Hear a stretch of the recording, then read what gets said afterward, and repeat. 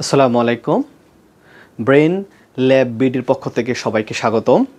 তোমরা যারা ক্লাস 9 এবং 10-এ এবং যারা কিছুদিন পরে টেস্ট পরীক্ষা দিবা তাদের জন্য সবচেয়ে গুরুত্বপূর্ণ একটা অধ্যায়, এটা হলো পরিসংখ্যান। এই পরিসংখ্যান নিয়ে আমরা আজকে একটা ভিডিও তৈরি করছি। যারা মনোযোগ দিয়ে এই ভিডিওটা দেখবা, আশা করা যায় ইনশাল্লাহ তোমরা এই যে সংক্ষিপ্ত পদ্ধতিতে গড়, মধ্যক, প্রচুরক, আয়তলেখ, বহুভুজ এবং কি অজীব রেখ সবগুলোই তুমি কি করতে পারবা। তাই আমি ছোট একটা দিয়ে আমি দেখাইতেছি, এটার মাধ্যমে বাকি যেখান থেকেই আসুক তুমি পারবা। আচ্ছা, তার আগে আমি শুরু করি যে এই অধ্যায়টা পড়লে তোমার কত মার্ক থাকবে বা পরীক্ষায় কত মার্ক আসবে। তাহলে আমি একটু প্রশ্নটা যদি অ্যানালাইসিস করি, আমরা দেখতে পাবো যে এটা হলো গ বিভাগের মধ্যে থাকে পরিসংখ্যান। তার মধ্যে তোমার 2টা সিকিউ বা সৃজনশীল প্রশ্ন আসে। তাহলে এখানে কত আসে? 2টা আসলে হয় 20 মার্ক। এটা হলো সংক্ষিপ্ত প্রশ্ন যদি আসে তাহলে কি হবে? 4 মার্ক, 2টা থেকে 4 মার্ক। আর যদি 4টা এমসিকিউ আসে তাহলে কি হবে? টোটাল মিলে হবে 28 মার্ক, যা অবশ্যই আসবে। সুতরাং 100 থেকে তোমার 28 মার্ক এখান থেকে চলে আসবে। 100 থেকে 28 মার্ক এখান থেকে আসবে। সুতরাং যারা এখনও ভালো করে সে প্রস্তুতিটা নিতে পারো নাই এবং অনেকে সবগুলো গুলিয়ে ফেলো, কখন প্রচুরক করব, কখন সংক্ষিপ্ত পদ্ধতিতে গড় করব, এগুলো যারা একদম গুলিয়ে ফেলো তাদের জন্য আজকের এই ভিডিওটা।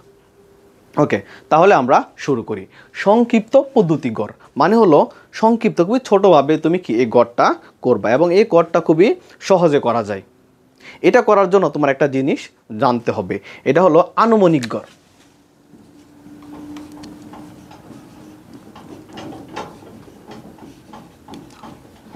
এই শব্দটার সাথে তোমার পরিচিত হবে এবং এটা হলো ধাপ বিচ্যুতি।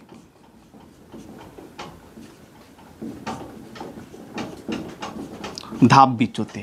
এখন আনুমানিক গড়কে আমি ধরো ক্লাসে আসলাম, আসার পরে আমি গণিত পরীক্ষার রেজাল্ট জিজ্ঞাসা করলাম, এক একজনে এক এক রকমভাবে বলতেছে।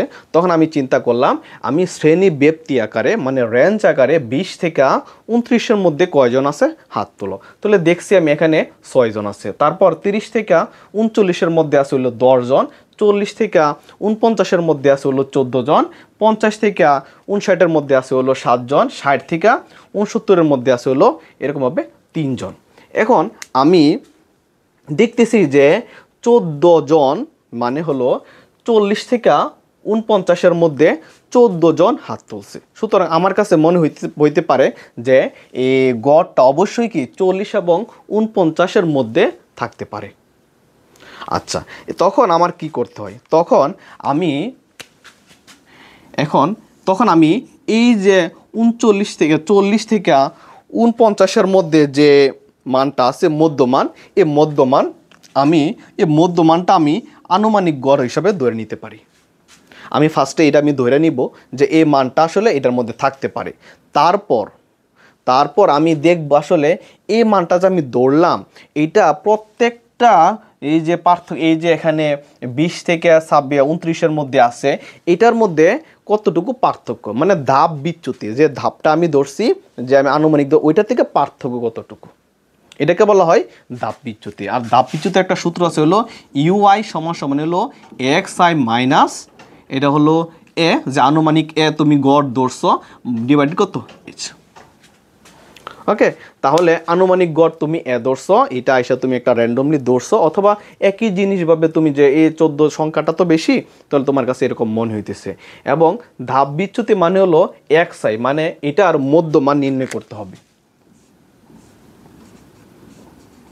মধ্যমান, তো মধ্যমান কিভাবে নির্ণয় করে? মধ্যমান নির্ণয় করে হলো 20 আর 29, 20 প্লাস 29-কে যদি তুমি 2 দা ভাগ করো তাহলে পাইবা হলো 44.5 পাইবা। আচ্ছা, 44.5, তাহলে এটা মধ্যমান হলো কত? 24.5। এখন তারপর এটার সাথে তুমি যোগ করো তাহলে আসবে হলো 34.5। তারপর এটার সাথে যদি যোগ করো তাহলে কি হবে? 44.5। তারপর এটার সাথে যোগ করলে আসবে হলো 54.5। আর এখানে আসবে হলো 64.5। এখন প্রশ্ন আসতে পারে এত সহজে ক্যালকুলেশন আমি কিভাবে করলাম? খুবই সহজ, তোমরা প্রথমটা নির্ণয় করলা। প্রথম হলো 20 আর হলো 29-এর যদি যোগ করার পর আসছে হলো 24.5 আসছে। ওইটার সাথে শ্রেণী ব্যক্তি কত, এখানে শ্রেণী ব্যক্ত 20, 21, 22 এই পর্যন্ত 29 হলে 10 হয়। এই 10 তুমি কি করা, এই যে 24.5 সাথে প্রত্যেকে তুমি 10 যোগ করলা, তাহলে কি 34.5, তারপর কি 44.5, তারপর কি 54.5, এরপর কি এটা হলো 64.5। এটাকে বলা হয় এই যে মধ্যমান, মানে শ্রেণী ব্যক্তির এটা কি মধ্যমান। এখন আসো পরে কি করব, তারপর আমি নির্ণয় করব হলো এটাকে আমরা এক্স, এটাকে এফআই। এফআই মানে হলো এই যে ফ্রিকোয়েন্সি, মানে কতগুলো আছে। এলো এফ দা হলো ফ্রিকোয়েন্সি বোঝা হয়, আই দা হলো প্রত্যেক ডাটাকে বোঝাইতেছে আর কি, মানে 6 একটা ডাটা, 10 একটা ডাটা, 14 একটা ডাটা, এরকমভাবে। আচ্ছা, আর হলো এফআই, এটা হলো এক্সআই। এক্সআই মানে হলো এটার মধ্যমান যে আছে এটা প্রত্যেকটাকে বোঝাইতেছে। এরপর আমরা হলো ধাপ বিচ্যুতি, তাহলে আমি এটা একটু মুছে ফেলি। আচ্ছা ওকে, তাহলে আমি একটা এরকমভাবে দিই।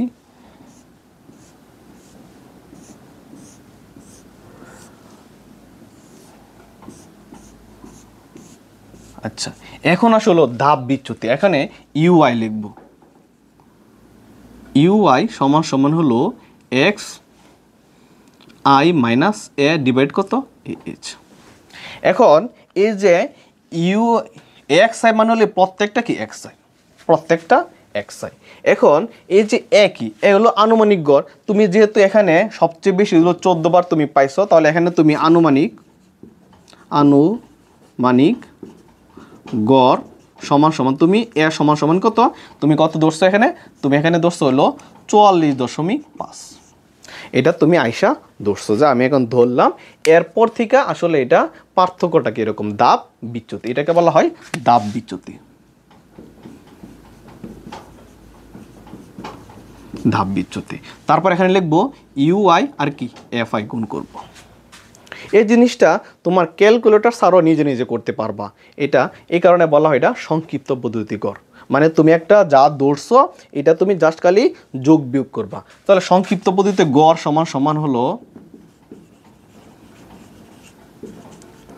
গড় সমান সংক্ষিপ্ত পদ্ধতি লিখে যদি আমি পদ্ধতি গড় সমান সমান হলো এ, তুমি আনুমানিক গড় ধরছো প্লাস সামেশন অফ, হলো এফআই এক্সআই, না এফআই এক্সআই না, সামেশন অফ ইউআই আর কি এফআই ভাগ হলো এটা হলো এন ইন্টু কি এইচ। এন হলো কত জন। এখন তুমি যদি সবগুলো যোগ করো তাহলে এখানে পাইবা তুমি এরকমভাবে, এখানে পাইবা হলো 40। আচ্ছা, এখন আমরা কি করব, এখন ইউআই করব। দেখো আমরা কি করি, এখানে যত এটা ধরছি এটা হলো কি এ ধরলাম, এবং এটার জন্য আবার কি এটা এক্সআই। সুতরাং আমি যদি এখানে লিখি যে হলো 44.5 মাইনাস এই যে আনুমানিক যে গড়, এটার কত হবে 44 মানে এইটা একবার কি এক্সআই এবং এটা আনুমানিক গড় ডিভাইডেড কত হবে, এটা হতো 10 সমান সমান কত হবে, এখানে 0 হবে। আচ্ছা, তারপর এখানে তুমি যদি লেখো এটা হলো কত হবে 34.5 থেকে এটা হলো 44.5 ডিভাইডেড তুমি যদি 10 দাও তাহলে মাইনাসের 1 আসবে, পরটা তুমি দেখবে এখানে মাইনাসের 2 আসবে। আর এখানে আসবে কি, এখানে আসবে হলো 44, এখানে আসবে হলো 54.5 থেকে এটা হলো 44.5 ডিভাইড কত 10 সমান সমান এখানে 1 আসবে, আর এখানে কি আসবে 2 আসবে। আচ্ছা, তারপর আমি এই দুইটা গুণ করব, তো এটার সাথে গুণ করলে কত মাইনাসের 12, তারপর এটার সাথে গুণ করলে কি মাইনাসের 10, এটার সাথে 0-র সাথে 14 গুণ করলে 0 হয়, আর 1-এর সাথে গুণ করলে কি হয় 7 হয়, এটার সাথে গুণ করলে কত হয় এখানে 6 হয়। এখন এই সবগুলো তুমি একসাথে যদি যোগ করো কত হয়, তাহলে এখানে আসতেছে হলো মাইনাসের 22, আর এখানে আসতেছে কত আসতেছে, এখানে আসতেছে হলো 13 প্লাসের 13। এখন তাহলে তুমি যদি মাইনাসের 9 নিতে হয়, মাইনাসের 9, তাহলে দেখি আমি মাইনাসের 9 হয় কি না। এটা হলো 22 মাইনাস 13 এই যে 9, তাহলে মাইনাসের 9 হয়। এখন তুমি যে কি করছো, তুমি যে আনুমানিক একটা গড় ধরছো, তাহলে এখানে কি এর মান কত 44.5 প্লাস সামেশন এন এর মান কত, এন এর মান হলো 40, তারপর সামেশন ইউআই এফআই মানে কত মাইনাসের 9, তার সাথে তুমি কি 110 গুণ করছো, তাহলে কি হবে 44.5, এই মাইনাসটা এখানে মাইনাস হয়ে যাবে, এন কত 90, এখানে কি হবে 40। তাহলে এখানে ক্যালকুলেশন করলে কত হয় তাহলে 44.5 মাইনাস এটা হলো 90/4 আসতেছে হলো 42.25 মানে হলো তুমি যে আনুমানিক একটা গড় ধরছিলা আসলে তুমি এটা বেশি ধরছিলা, এই কারণে তোমার কি করতে হইতেছে, এখানে তোমার মাইনাস করতে হইতেছে। দেখছো তুমি একটা ফার্স্টে গিয়ে র্যান্ডমলি দৌড়ছো, মানে একই সংখ্যা বারবার শুনতেছো, তো এই কারণে বারবার তুমি এটা দৌড়ছো। ধরার পরে তোমাকে এখানে বলতেছি কি যে এখানে পরবর্তীতে তুমি একটা কারেকশন করলা। আচ্ছা, এটা অনেক সময় এমসিকিউতে আসে এরকমভাবে, এই জিনিসটা ছোটোভাবে একটা এমসিকিউ আসে হলো ধাপ বিচ্যুতি, এই জিনিসটা আমি বইলা দিই। এখন তোমাকে পরীক্ষাতে আসতে পারে যে u1 সমান হলো -2, তারপর হলো x1 সমান হলো মনে করো এখানে এটা হলো 10। আচ্ছা, আর তোমার এইচ এর মান দেওয়া আছে, সাপোজ হলো এটা হলো তোমার 5। এখন বলতেছে আনুমানিক গড় এর মান কত, ঠিক আছে, আনুমানিক গড়। তাহলে এটা যদি এমসিকিউতে আসে তাহলে কি করব, তাহলে আমরা এখানে লিখব যে u1 সমান কি x1 মাইনাস এ ডিভাইড কত h। তাহলে u1 এর মান কত -2, তাহলে এখানে কত হবে x এর কত 10 মাইনাসের কত a হবে, আর এখানে মান কবে হবে 5। তাহলে এর সাথে যদি গুণ করো তাহলে মাইনাসের 10 সমান এখানে কত হবে 10/a। তারপর এটা যদি পাশে নিল তাহলে কি a হবে, এখানে কি 10 + 10 সমান এখানে কত হবে 20 হবে। মানে হলো এটা এমসিকিউতে আসতে পারে 90% কমন, যে এরকমভাবে কি আসতে পারে। মানে হলো ধাপ বিচ্যুতির মধ্যে তোমার এই যে এখানে ইউআই আছে না, এখানে যখন u1 হবে x1 হবে, u2 হবে, তারপর কি এখানে কি x2 হবে, এই জিনিসগুলো দেওয়া থাকবে, জাস্ট তোমার কি আনুমানিক গড়টা নির্ণয় করতে হবে। তাহলে আশা করি আমি তোমরা যারা আগে অল্প বুঝতে পারছো অথবা একদমই যারা বুঝো নাই, এই ভিডিওটা দেখার পরে ইনশাল্লাহ বুঝতে পারবা, এবং এখান থেকে যে কোনো প্রশ্ন আসুক তোমরা পারবা।